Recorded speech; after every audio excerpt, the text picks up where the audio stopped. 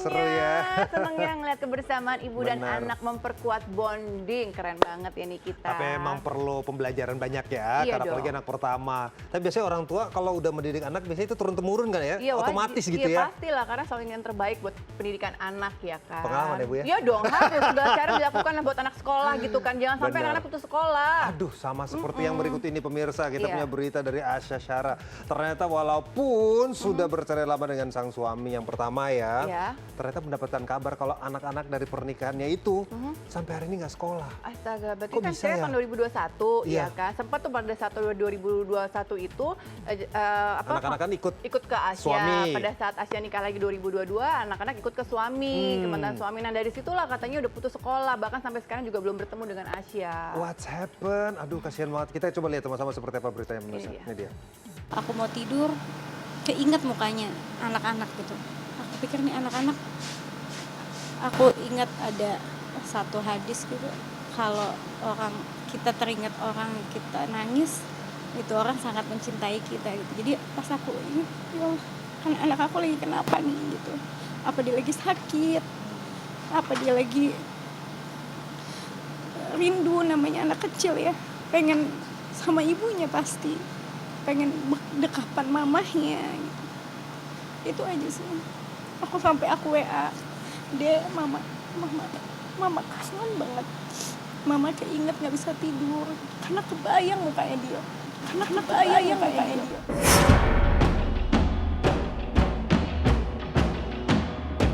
Si kecil yang tak berdosa harus merasakan kehilangan saat ayah dan ibunya tak seatap lagi. Ditambah dengan konflik yang tak berujung, jadilah kehidupan Putri Asya Syara seperti berada dalam sebuah persimpangan yang membingungkan.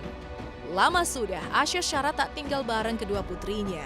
Semua itu bermula ketika Asya memutuskan untuk menikah lagi pada 2022 lalu. Sejak saat itu, satu persatu anaknya pun pindah dan tinggal bersama sang ayah, Syafiq Asadi.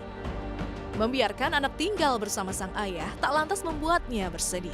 Sebagai seorang ibu, ia sadar kedua anaknya memang merindukan dekapan lembut ayah mereka. Namun yang mengecewakan, saat dirinya melepas kedua putri ke kediaman sang ayah, Asya malah seolah dilarang berjumpa mereka. Dan lebih sadisnya lagi, kini anaknya tak lagi sekolah. Kecewa dengan perlakuan mantan suami, Asya pun mendatangi Komisi Perlindungan Anak Indonesia atau KPAI.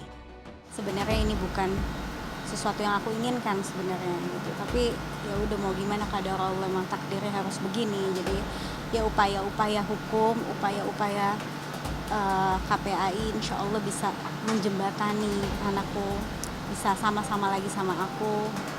Terlebih-lebih dia harus sekolah di sekolah yang normal seperti selayaknya kemarin aku sekolahin gitu. Hanya sayangnya kan dia nggak disekolahin.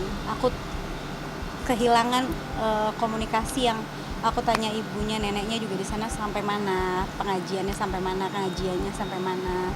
Aku mau kontribusi untuk masalah uang bagaimana gitu, nggak dikasih tahu kursusnya di mana apa gitu loh. Jadi aku ngerasa kayak nggak dianggap gitu loh. Sementara anak ini kan ada ibunya, kecuali ibunya ngilang nggak tahu kemana gitu. Anak ini aku cari-cari terus, aku minta waktunya, selalu dibilang ya besok nanti nggak bisa, di saat aku nggak bisa dia bisa gitu, di saat ada sering kali di saat mau dijemput nggak bisa gitu.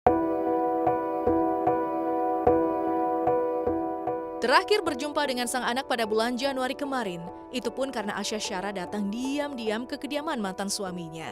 Hatinya ingin menjerit, tapi di hadapan sang putri ia berusaha kuat, menunjukkan sikap bahwa semua baik-baik saja. Aku rasa hatinya dia tidak bebas. Karena anak-anak aku tuh pasca perceraian juga di dalam sekolah tuh nilainya semua bagus semua. Jadi sampai aku kan bawel nanya sama gurunya, gimana dia ada perubahan nggak? Kok Bu, malah dia happy, dia apalagi ekskulkurikulernya tuh dia happy banget.